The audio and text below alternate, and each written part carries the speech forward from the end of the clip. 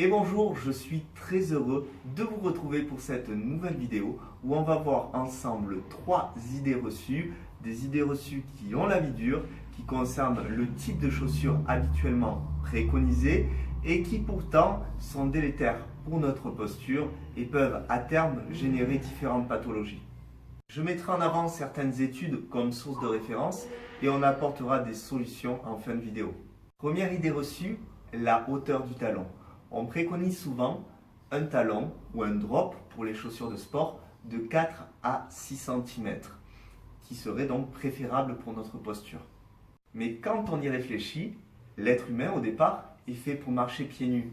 Il n'y a donc aucune raison médicale de porter des talons. Le talon correspond pour le corps à un mode de propulsion passif, ce qui surcharge certains muscles de la jambe, le fascia plantaire et toute la chaîne musculaire postérieure. Et cela est d'autant plus vrai que la hauteur du talon augmente. D'autre part, les hauts talons augmentent la force d'impact au sol et donc les microtraumatismes. Enfin, ils entraveraient même la fonction de retour veineux, favorisant ainsi les problèmes d'insuffisance veineuse. Ces raisons nous font comprendre que les talons ou les drops favorisent la survenue de nombreuses pathologies du membre inférieur et du rachis.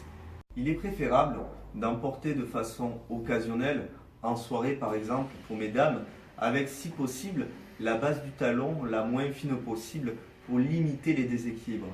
Si vous vous sentez mieux en talon ou avec un drop, c'est que vous y êtes habitué depuis des années et il serait judicieux de revenir progressivement à des chaussures minimalistes.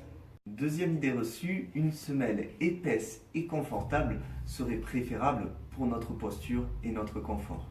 La semelle trop épaisse a pour effet d'isoler le pied du sol, ce qui anesthésie les capteurs sensoriels situés sur la peau du pied qui jouent un rôle fondamental dans le contrôle de l'équilibre. Les semelles épaisses et molles sont donc délétères pour la posture. Le réflexe naturel d'absorption du pied est inhibé par le simple confort de la semelle, par le simple fait que la perception de l'impact du sol paraît moindre que l'impact réel, ce qui augmente le risque de blessure. Il faut augmenter le temps d'impact pour assurer un bon amorti. Et c'est une structure musculo-articulaire parfaite et si besoin, la semelle kinépode qui sont les meilleurs éléments pour augmenter le temps d'impact par phénomène rotatoire. Ne choisissez pas donc vos chaussures sur des critères uniquement de confort ou sinon vous allez opter pour les plus molles et vous allez du coup payer les conséquences qu'on a évoquées précédemment. Troisième idée reçue, les voûtes et les reliefs internes sont bons pour la posture. Porter des chaussures avec une voûte plantaire est inutile, que ce soit pour les enfants, les adultes, vraiment hormis dans certains cas bien spécifiques et le plus souvent de façon provisoire. En effet, si Mère Nature nous a dotés d'une voûte plantaire, d'une arche interne, ce n'est pas pour faire joli. Boucher cette voûte avec un élément rigide risque de nuire au bon fonctionnement du pied et de limiter aussi sa souplesse articulaire. Enfin, la voûte constitue une cale passive qui va inhiber le travail des muscles inverseurs, muscles dont le rôle est de lutter contre l'affaissement du pied et de maintenir l'arche interne. Cette inhibition favorise à terme l'affaissement plantaire. Je vous conseille un maximum la marche pieds nus pour augmenter la clarté et la précision de l'information sensorielle transmise donc au cervelet, au lobe pariétal qui projette à leur tour cette information au lobe frontal.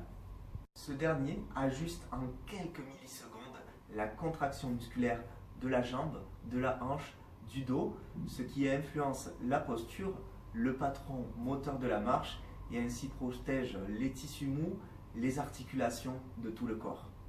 Le but ultime est de maximiser l'efficacité de tous nos mouvements et on alimente le système sensoriel pour améliorer la sortie motrice.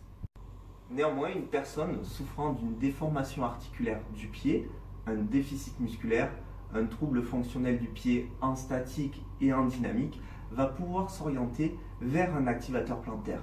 La confection en 3 dimensions par thermo-injection de carbonésate, qui est du carbone amélioré, est calculé par rapport à la déformation des pieds, au poids, à l'activité, pour corriger les pieds dans leur normalité, les symétriser, tout comme le font les fabricants de voitures avec les amortisseurs. En effet, ces semelles permettent la torsion du pied dans les 3 dimensions et permettent de corriger celui-ci dans tous les plans. Cela favorise un mouvement de roulement qui va se répercuter sur la jambe, le bassin, le balancement des bras et ainsi corriger toute la posture. Je vous remercie de votre attention. Faites bien attention quant au choix de vos chaussures et on se retrouve à très bientôt.